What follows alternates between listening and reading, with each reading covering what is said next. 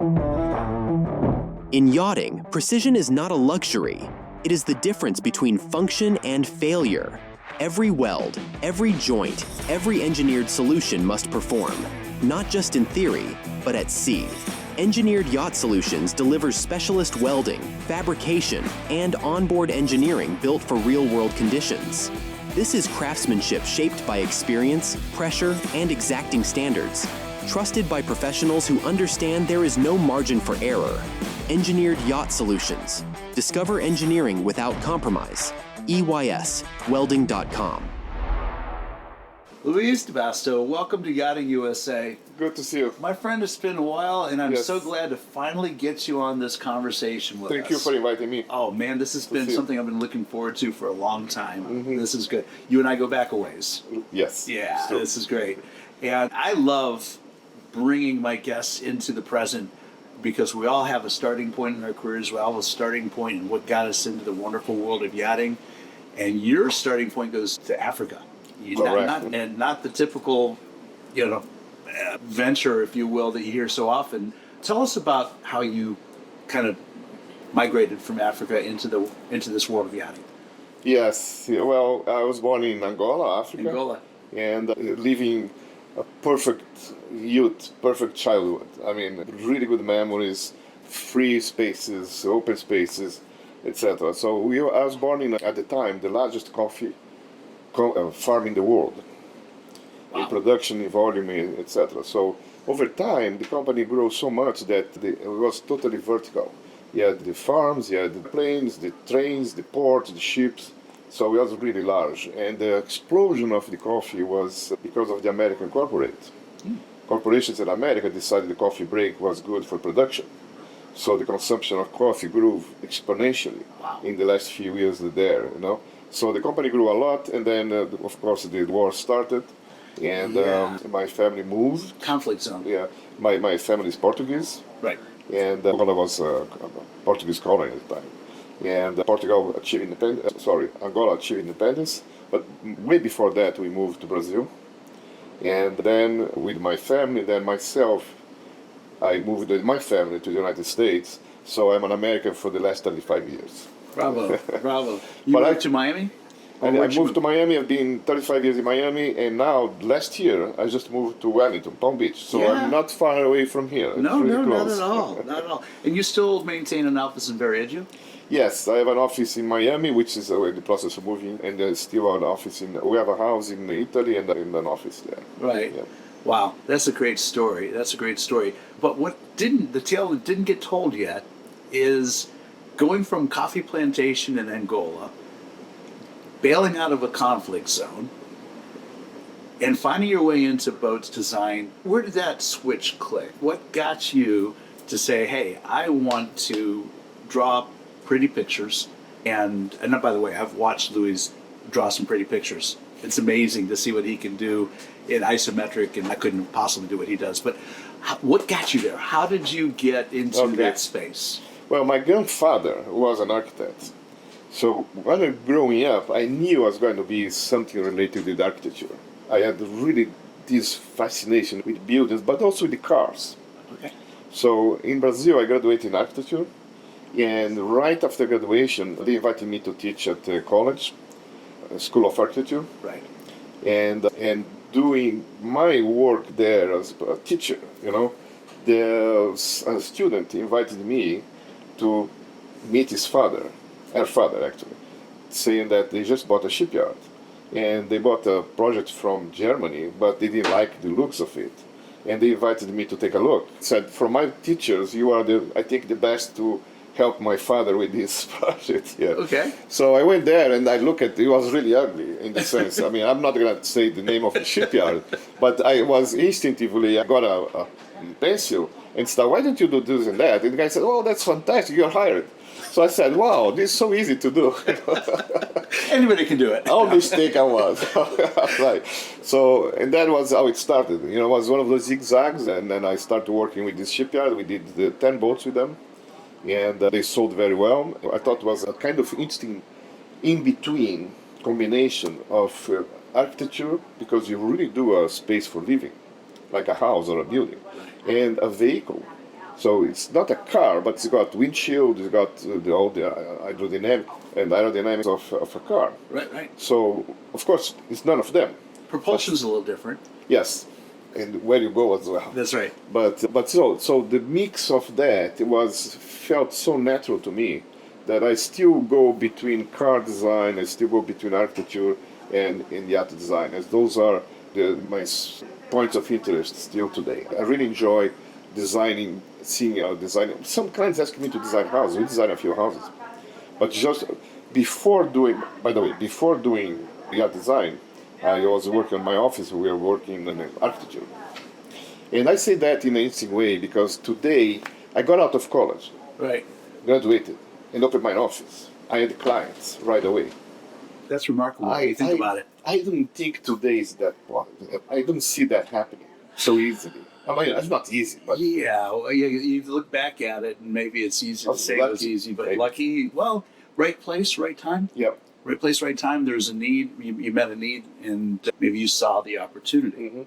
Yeah, that's how it all kind of comes together. And I would say that my tenure in this business is a great business for entrepreneurial mindsets because there are so many directions and so many different disciplines within the context of building That's yachts that almost anybody with a good idea that's scalable, the idea is viable, and it brings something new or something of value or intrinsic interest to the project can turn into a business. And I've watched so many new businesses start in this industry, in this profession, just because someone had an idea and then worked it. It sounds like that's what you had. But also the process of my office grew in a way that it was surprising to me. It grew so much. Let's say the yacht side grew so much that at one point I had like 40 people working for me, 10 architects and draftspeople, etc. And then it was the worst time of my life because I was a manager. I get that. I do get that. I wanted to do design. At one point, I was just working, doing phone calls and management stuff, etc. So at one point, I decided, you know what, this is not for me. It wasn't fun anymore, was it? That's not fun anymore. So I appreciate some design offices have 100 people, 150 people. Right. God bless them. You're right. But I like to do the design work. And to do the design work, you have to engage one-to-one with the client. And do yourself your homework, and you have the support around you to do that. Yeah, right. That's it. So at one point we decided that as not for me, I decided to be small and successful, but small to a point that I can do myself the creative side, Right. and not just asking people working for me to design something and then I'm gonna sell that I didn't do. I don't feel good about it. Some offices, you see international offices, they have people that spin off. They start their own, and that's the model that I kind of have a problem with it. Right. Yeah. So They're what I taking the design. DNA from where they were Yeah. and then trying to make it their own again. But if it works, it's fine. Right. I'm not passing any judgment here. All right. I'm just saying, for me, what worked was designing myself, engaging with the clients. At that moment, we decided to come to the U.S. I already had a kid, a son, two sons actually. I was married and decided to move to the U.S. and start from scratch. From zero, absolutely zero. Right. Because the work, the shipyards, the clients are completely different, another world. Kind of a little different mindset in the way of thinking. So I have to go back and crawl back again, going for clients, and we got lucky again. And Reinvention? Yeah, and start working with and then we expand to Italy, and that's a target-rich environment. Italy is a remarkable hub of yacht building and yacht design. They are all about aesthetics. They're all about the look. Not so much. You not say that it is only about aesthetics. There is a lot of don't forget that one of high technology car companies in the world is Ferrari. That's right. So it's not just about aesthetics. But you ever seen an ugly Ferrari?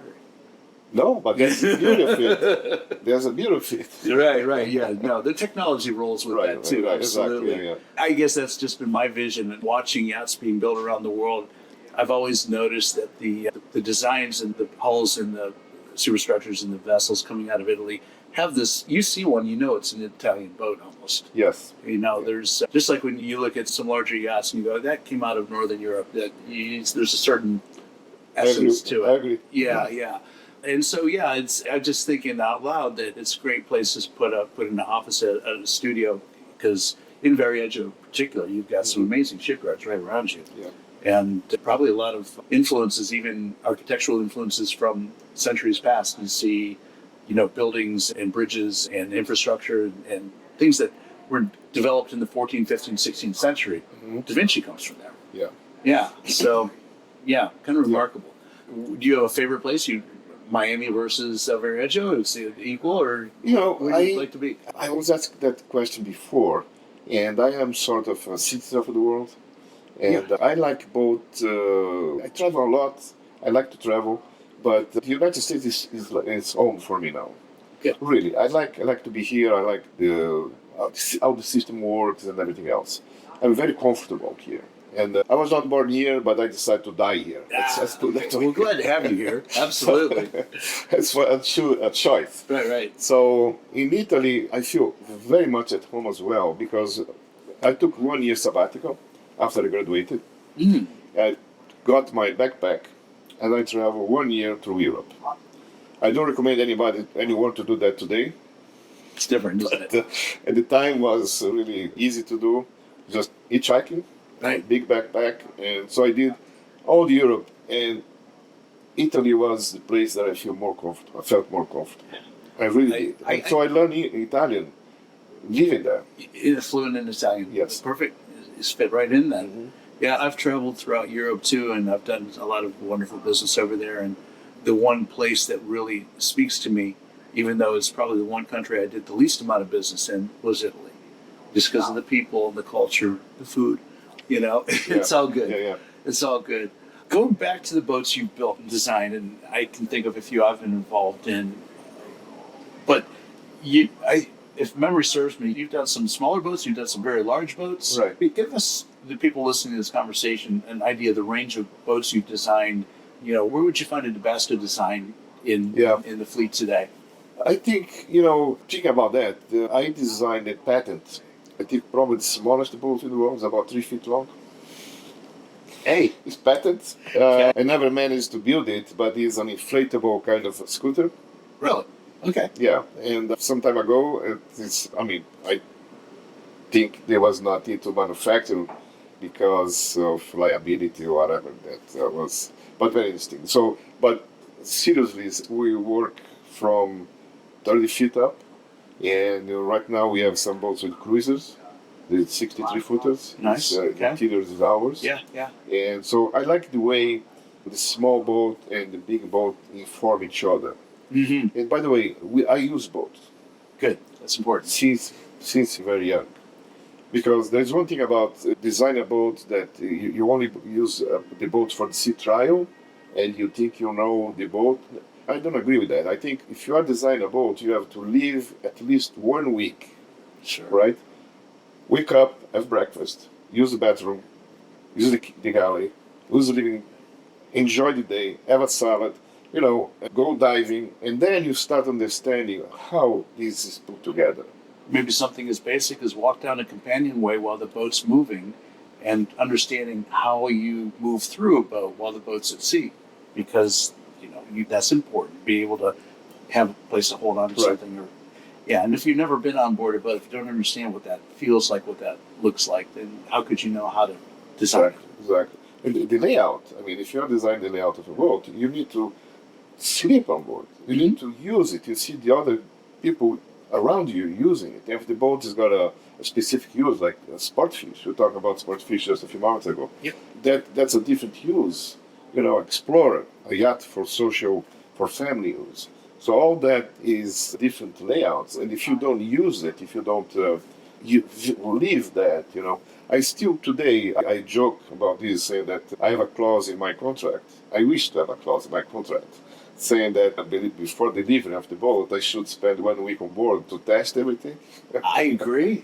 No. Really, so think about it. Think about it. That's brilliant, because how better to get a designer to step up his game or her game a little bit than to actually come away from what you just did and have those aha moments Yeah. and know what really worked well and know where you go, if I had that to do over Yeah. again, right? Yeah, that's cool.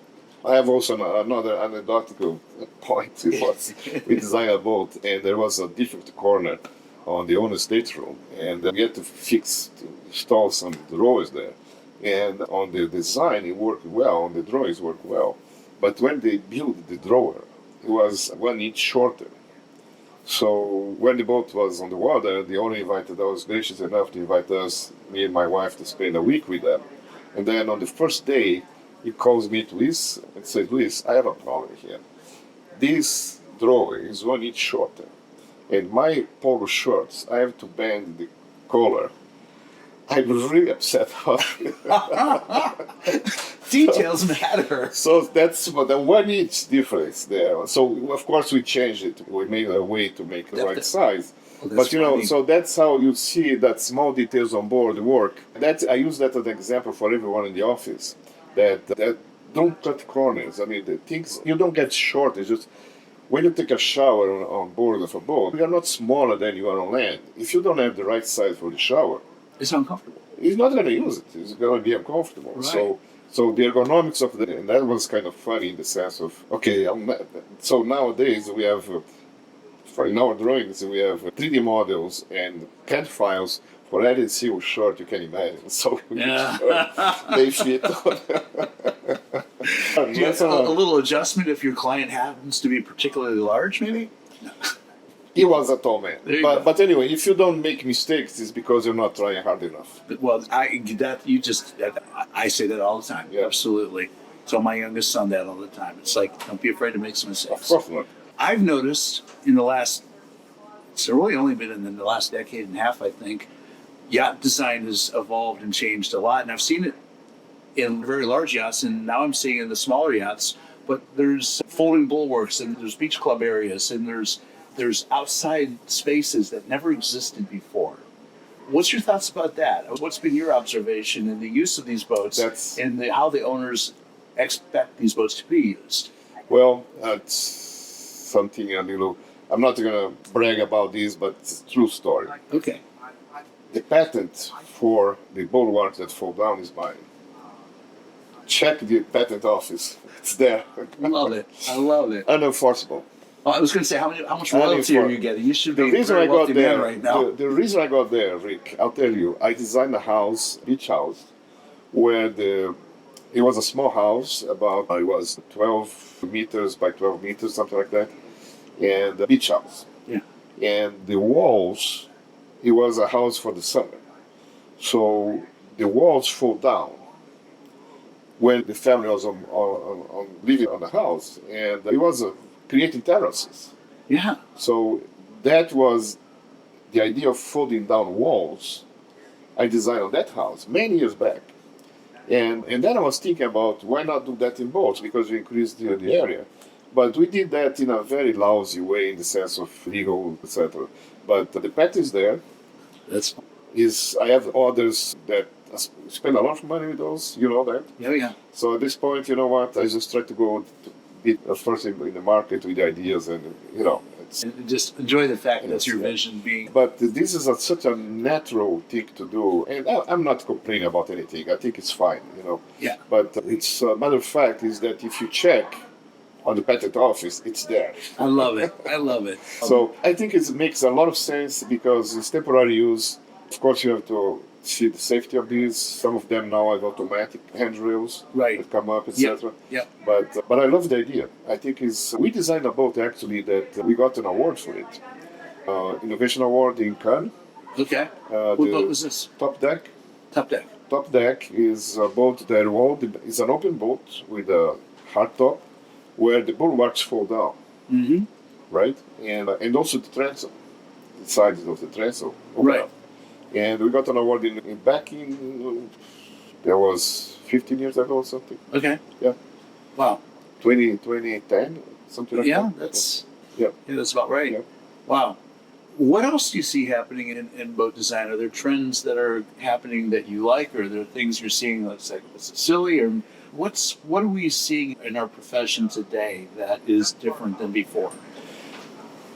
So if you talk about interiors, the design of interiors, you see open layouts and you see geometry on the furniture that is more squarish.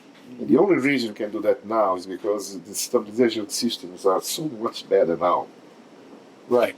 that you can really be, completely stop the movements on an anchor, and you're not so afraid of having sharp angles. Although I don't like them. Right. I prefer to have a little bit more soft and fluid furniture. Like we're enjoying right here. Exactly, like Right. we are enjoying here. It's always a small angle that helps soften the space. What about the difference between built-in and freestanding? I'm seeing more freestanding furniture in some boat designs as well. You may think they're freestanding. They look freestanding, Right. but most of them are solid.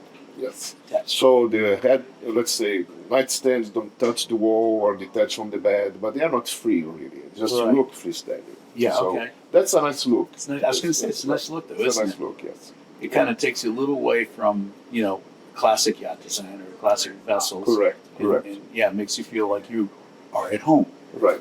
That's true. Yes. Anything else you see that's something worthy of paying attention to? I think the layouts are changing. I think the clients are getting younger. Yeah. We get some clients that are already second generation yacht owners. Right. So you have to understand they know more about the boat than you do. Well, at least than I do. Because since a child, they've been They know exactly what they want, and the first thing they tell me, look, this is not my dad's boat, this is my boat. They always try to do something different. You know? Right. Do they then get interested in the ecology of the yachting world? Are they looking at, Yes. at propulsion systems and fuel systems and ways to be more, without greenwashing it, but talking Yeah. about sustainable type of yachting that speaks to that generation, the upcoming generation's Yes. intention. And also there is another thing, another detail that's very important to understand. There is no show off. No show off. They do the boats for themselves. Right. They don't want to for the friends, for the family. They don't want to show off any. Quite the contrary. They don't want to show off at all. Very discreet. They want to be very discreet. They want to just boat their boat for themselves. And at some point, people would like to, show, my boat. This younger generation, they are way more discreet. They want privacy. They want to do whatever they want to do without people knowing. Just for the family Interesting. side. Yes. Interesting. Well, that does influence probably some of your design work then. It does. It Right. does. Yeah. Yeah. So, I had a client, Rick, he was a developer that designed a boat was very elegant, very aggressive style. And he was involved with design and he said, I want to paint the boat completely red. Red. He said, look, red looks like a firefighting right. boat. And he said, doesn't matter. Let's put one of those, what's the name of this, on top of it, and like The radar sweep. like ambulances, like sorry, no, like flashing siren. light. Whatever. Go down the marina. I love it. So never get to be to create assumptions with your clients. Each one has got its own. It's its own unique thing. Yeah. And I'd be remiss not to also mention, give you the opportunity to talk about the fact that while you do full vessel design work, interior work, and such, you and I collaborated a few years ago on a project where you were designing a barbecue area, and you had to deal with center of gravity, weight, the integration, but it was just an outside entertainment area. This is one of my takeaways when I was in your design office, and I watched you freeze sketching and drawing in isometric views, but that was just to do that little piece of that boat. Correct. And you were hired to do that. And I don't think people understand that design studios like yours offers that type of service. Yes. That you've got a vessel, you want to refit it, or you want to change things up a little bit. You can go to a gentleman like yourself or a young woman, whoever has got the design studio that you want to deal with, and that's an option as well. Yeah. Well, I think there is experience counts for something, especially the beginning of the process, the design. I mean, if you get the graphical experience versus impact on the design, if you don't know much, at the beginning of the process, the knowledge, the options you do are really impactful on the process. And if you don't know what you're doing, you can make mistakes Oh, I'm sure. that you can carry after the project. Wow. So if you've been through the process, you can take early decisions that you know are not going to be a problem later on. Yeah. You know, what is actually interesting about boats and yacht design is the complexity. Mhm. And to me, to make it look simple. I like designs that have this, I define it like acquired simplicity. It's the cultural simplicity. Is the simplicity that what's is in the design is as important as what you don't put on the design. You know, so I'm as proud as what I did, as proud as I did do. Good point. You Good know, point. because the selective of what you're doing is what is you're paid for. Right. And this is also, I guess, where experience matters. You understand use of materials. You understand what types of materials are Yeah. available and what are most suitable for the application. Correct. Yes.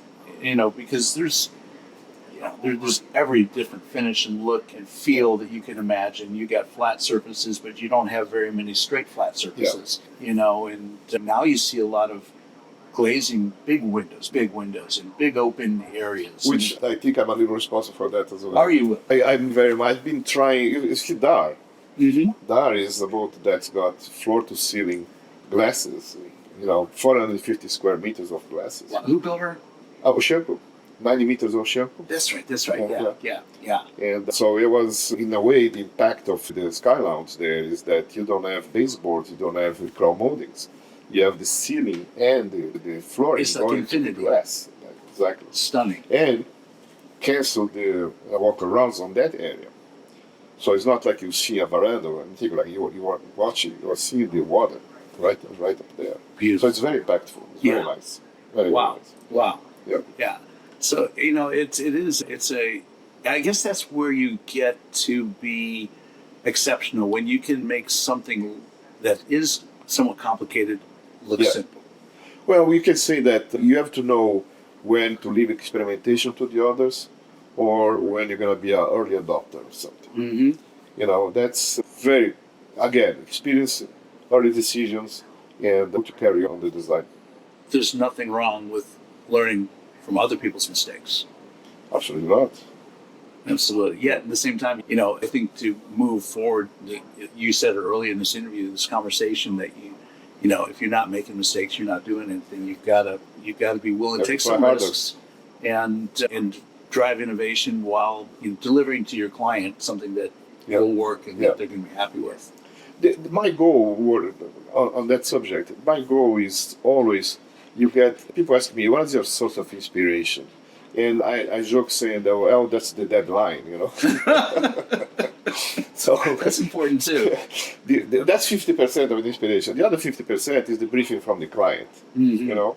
And, you know, everybody knows Frank Lloyd Wright and the Waterfall House. Oh, yeah. It's a funny story that Mr. Kaufman is the owner of the house, was owner of a bunch of stores all over the U.S.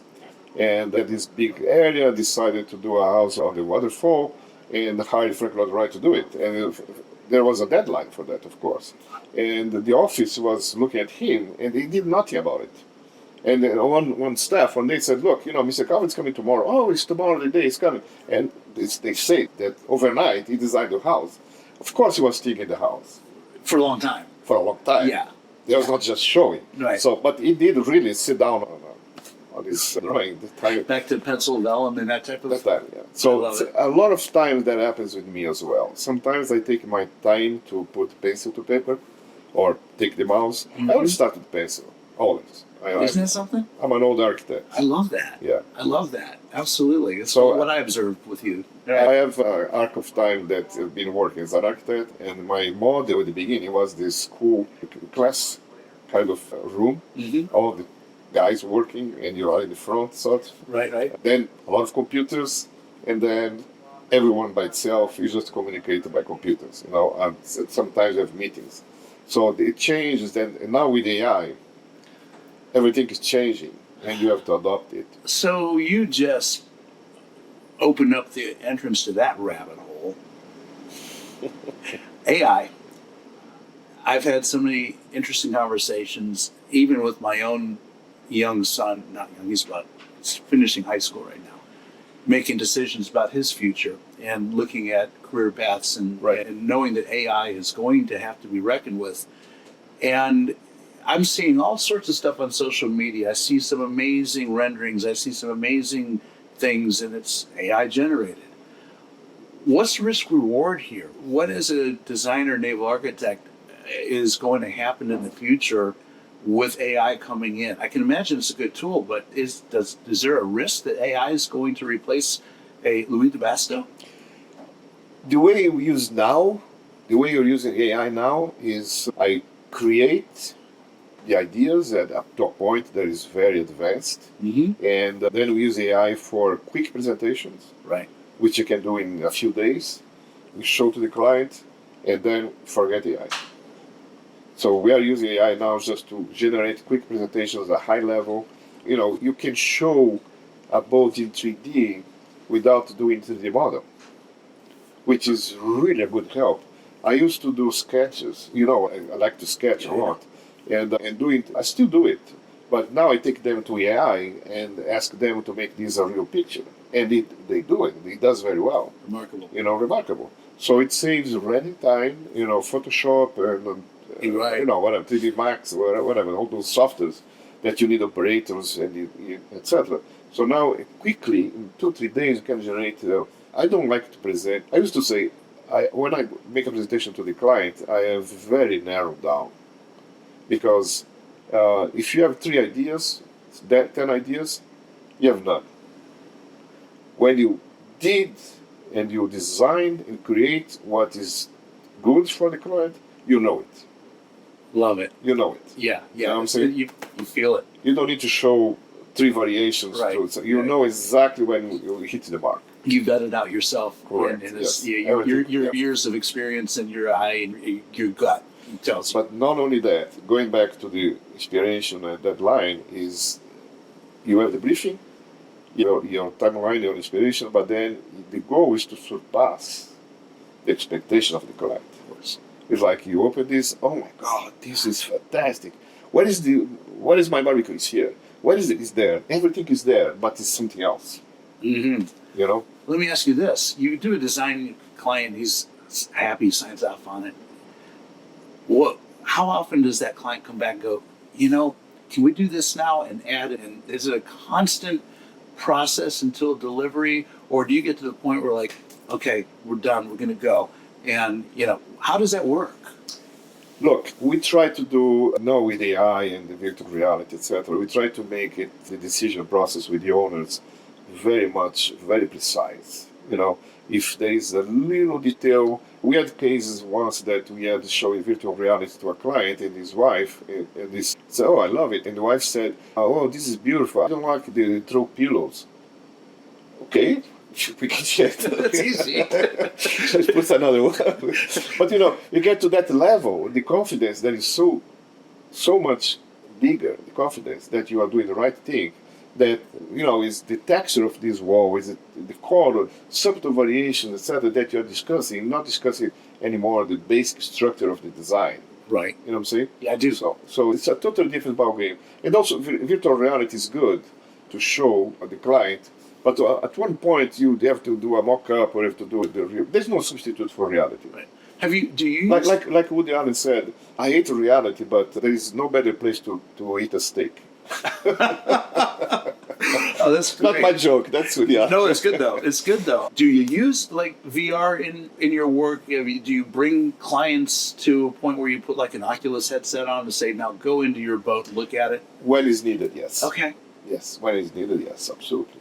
Or when it's more complicated space-wise, we do mock-ups. Yeah. Use cardboard, that kind of stuff. Gotcha. I was in a design studio a few years ago. They're supporting my previous company in a project, and we went in and we actually looked at these hatches open and closed, and we could see where the welds were, and we could see how everything worked. And it was remarkable the attention to the detail you could see and identify problem areas long before you got to the actual cutting metal and fabricating something to come together.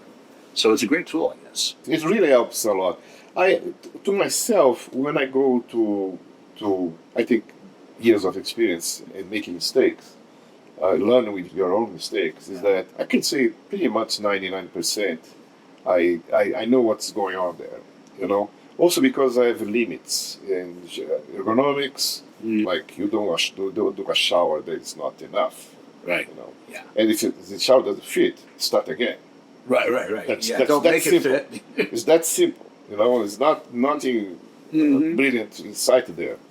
So that's where the experience comes in. Yes, it sounds like it. Well, Luiz, your career has been remarkable, and I have to say the experiences that you've pulled together are irreplaceable. So for anybody that's listening to this conversation, I would tell you, have a conversation with my friend Luiz, because there is so much talent to be worked with. And not only that, you're a pretty nice guy. You're an easy guy to get along with, and Thank you. you're definitely one of the good guys. So, yeah. I try to have fun doing That's what it's all about. professionally work, because life is short. And why do it So- if you can't have some fun with it, right? Right. And also, there's another thing that's important. We just mentioned reality now. Yeah. I think it's really, really important to build. You know, if you just do concept, if you just do design, you are halfway. You know, Right.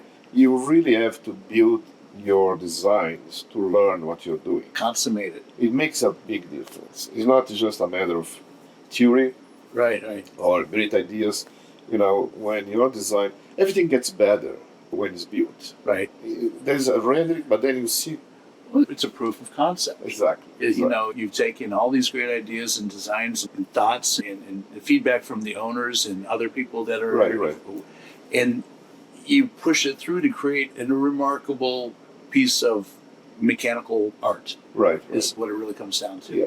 We are now launching a boat, it's an Explorer, which you talked about, with the cranes integrated to the superstructure, Yeah, I remember. the 42 armor. Yeah. And it's going to go to the water in the next few weeks. And that's a proof of concept. Nobody has done that before. Right. And I'm really looking forward to see that work. You know, I know in my mind I visualize that. somewhere I still have the hand sketches you did of that. When we talked you about did, right. That I would, I would love to pull Exactly. that out and set that alongside a photograph or the rendering or whatever of the Yeah. boat when it You delivers. you gave me some inputs on that, by the way. Well, thank you. Yeah, we collaborate, right? Yeah, exactly. That's what it's all about. I love this collaboration, Luiz. This has been so fun. I'd love to be now in your hometown with you. I'm just a neighbor to the south. And looking forward to the next time we can sit down together and have a real moment again. I'll be looking forward to it. Very yeah, nice. we won't wait so long. Thank you for the invitation. Thank you to thank you talk for to you your guys. generosity of sharing your thoughts and your experiences with us today. My pleasure. All right. All right. Thank you, Luiz, Rick. be well. You too. And until next time, I'm out of here. If your brand belongs in the heart of the yachting world, this is where it happens. Yachting International Radio reaches over 1 million yachting professionals and enthusiasts every month, with 77 million impressions, 220,000 social followers, and 74,000 podcast subscribers. Our hosts are insiders, crew, captains, CEOs, trusted voices shaping the industry. This is targeted, high-impact advertising in a luxury niche. Visit yachtinginternationalradio.com/advertise. Your audience is already listening.